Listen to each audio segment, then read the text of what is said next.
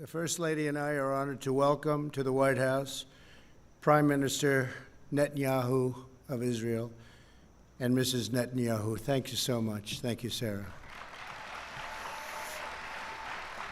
And Foreign Minister Abdullah bin Zayed, United Arab Emirates, UAE. Thank you very much. And Foreign Minister Abdulaziz Al-Zani of Bahrain. Thank you. Thank you very much. We're here this afternoon to change the course of history. After decades of division and conflict, we mark the dawn of a new Middle East.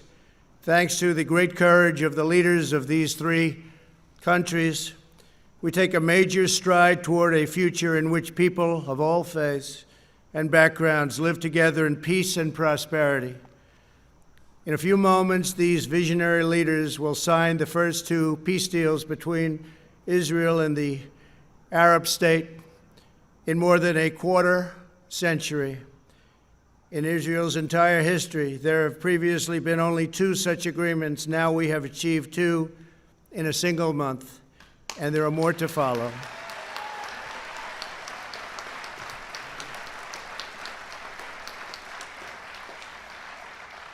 Israel, the United Arab Emirates, and Bahrain will establish embassies, exchange ambassadors, and begin to cooperate and work together so strongly to cooperate as partners across the broad range of sectors, from tourism to trade and healthcare to security. They're going to work together. They are friends. The Abraham Accords also opened the door for Muslims around the world to visit the historic sites in Israel and to peacefully pray at Al-Aqsa Mosque in Jerusalem, the third holiest site in Islam.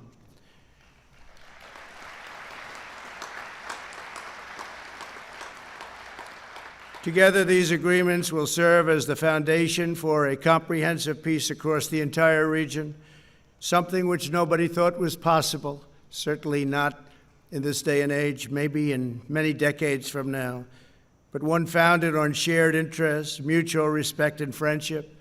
To our honored guests from Israel, the United Arab Emirates, and Bahrain, congratulations on this outstanding achievement. Congratulations.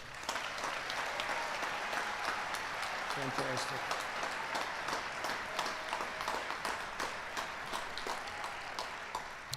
I also want to thank Vice President Mike Pence. Thank you, Mike. Great job.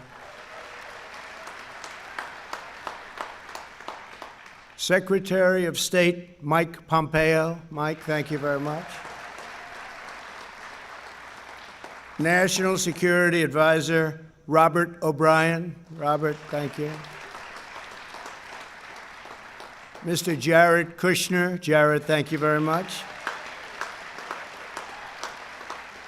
Ambassador Brian Hook. Thank you very much, Brian. Thank you. Thank you. And Avi Berkowitz. Avi, thank you very much. I also want to give a very special thanks. He's been an incredible ambassador to Israel. David Friedman. That's a very great group of people, great group of patriots. They wanted this to happen so badly. They worked so hard. And again, nobody thought it could happen, and they thought it could happen. They never even doubted it. So I want to thank you all very much. Thank you. For generations, the people of the Middle East have been held back by old conflicts, hostilities, lies, treacheries. So many things held them back. Actually, lies that the Jews and Arabs were enemies and that Al-Aqsa Mosque was under attack. Constantly, they would say it was under attack. These lies passed down from generation to generation, fueled a vicious cycle of terror and violence that spread across the region and all over the world. These agreements prove that the nations of the region are breaking free from the failed approaches of the past. Today's signing sets history on a new course And there will be other countries very, very soon that will follow these great leaders.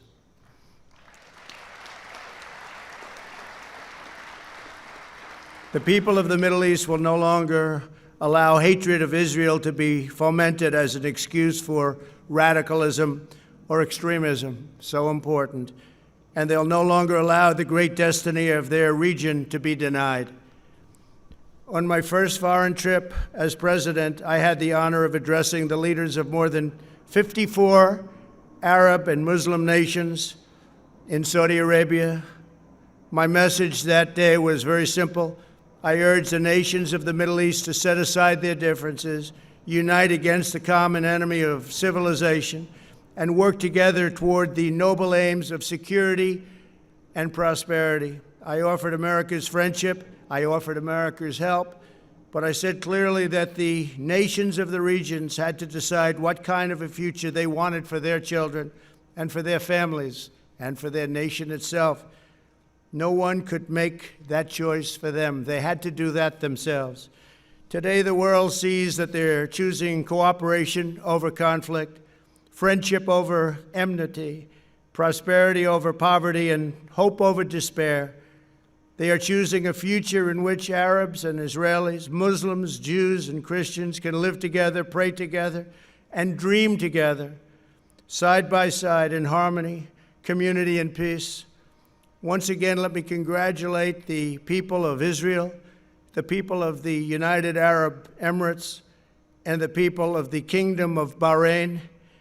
God bless you all. This is an incredible day for the world. This is a really wonderful and beautiful occasion. I want to thank all of the members of Congress for being here, senators, congressmen, congresswomen. We just appreciate it so much. Everybody wanted to be here.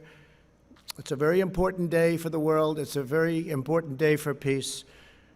Before the parties sign the accords, I'd like to ask Prime Minister Netanyahu to say a few words, followed by the Foreign Minister of the United Arab Emirates and the Foreign Minister of Bahrain. Thank you very much. It's a great honor. Thank you.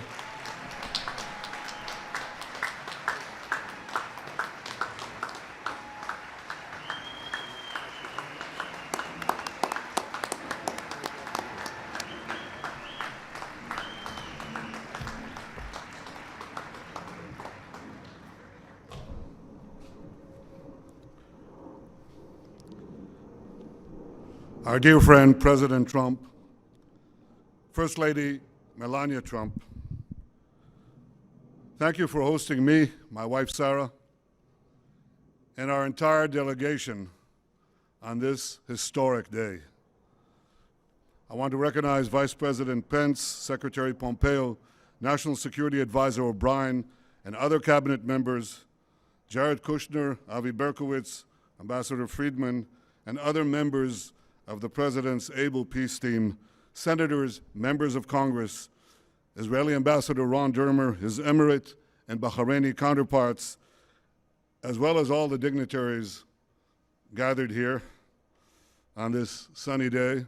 I want to also express my gratitude for all the Israelis who've worked for years, sometimes in less sunny climes, to bring this date, and I thank each and every one of you. Thank you.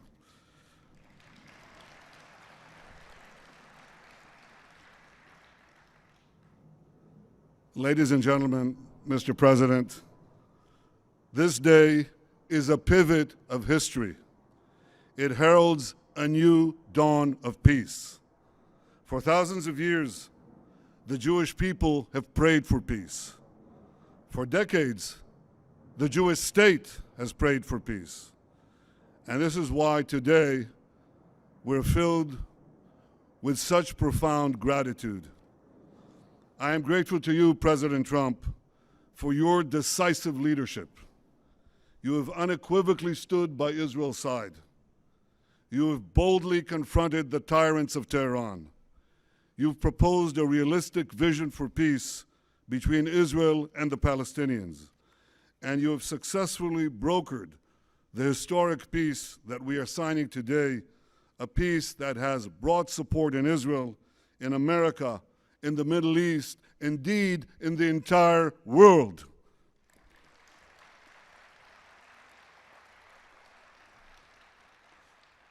I am grateful to Crown Prince Mohammed bin Zayed of the United Arab Emirates and to you, Foreign Minister Abdullah bin Zayed.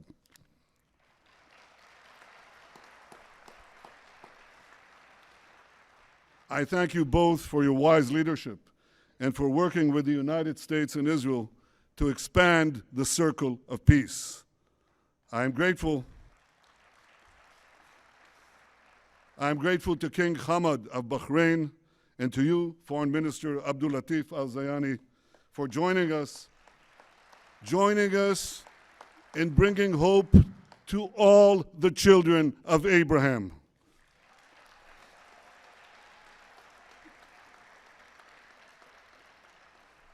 To all of Israel's friends in the Middle East, those who are with us today and those who will join us tomorrow, I say, Assalamu alaikum.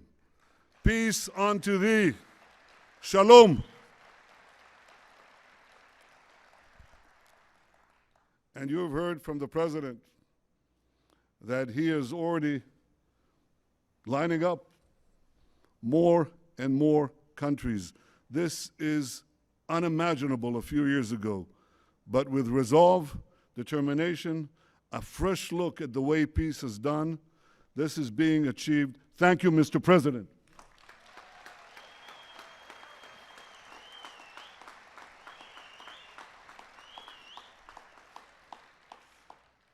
Ladies and gentlemen, the people of Israel well know the price of war. I know the price of war. I was wounded in battle. A fellow soldier, a very close friend of mine, died in my arms.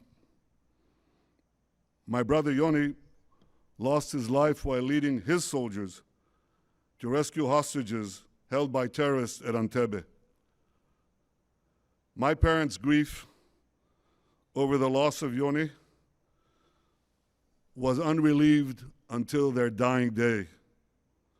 And over the years, when I've come to console the families of Israel's fallen soldiers and victims of terror, I have seen that same grief countless times.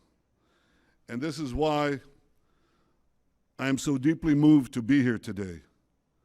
For those who bear the wounds of war, cherish the blessings of peace.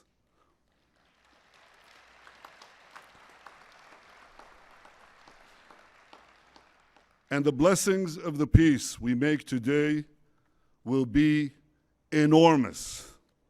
First, because this peace will eventually expand to include other Arab states, and ultimately it can end the Arab-Israeli conflict once and for all.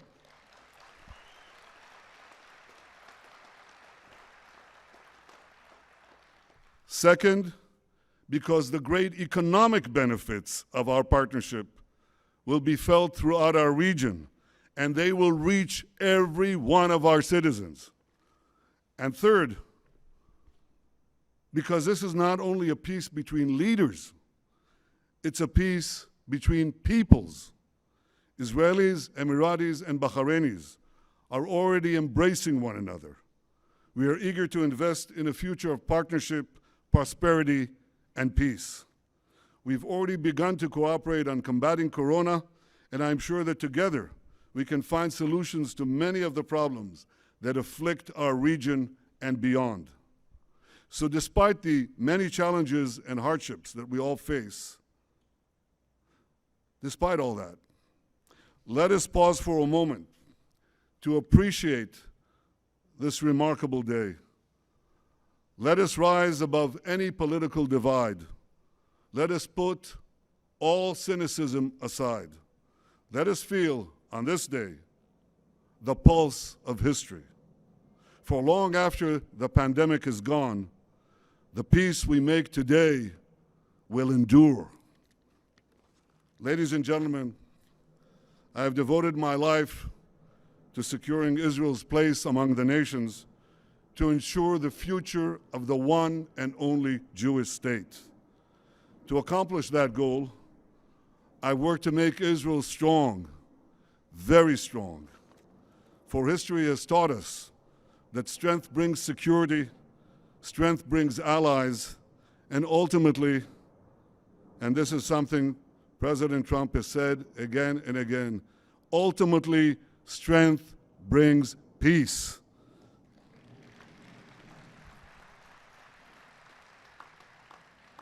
King David expressed this basic truth thousands of years ago in our eternal capital, Jerusalem. His prayer, immortalized in the book of Psalms in the Bible, echoes from our glorious past and guides us towards a brilliant future. Adonai oz le'amo yiten, Adonai yevarech et amo b'shalom. May God give strength to his people. May God bless his people with peace. Mr. President, distinguished guests, this week is Rosh Hashanah, the Jewish New Year. And what a blessing we bring to this new year. A blessing of friendship, a blessing of hope, a blessing of peace. Thank you.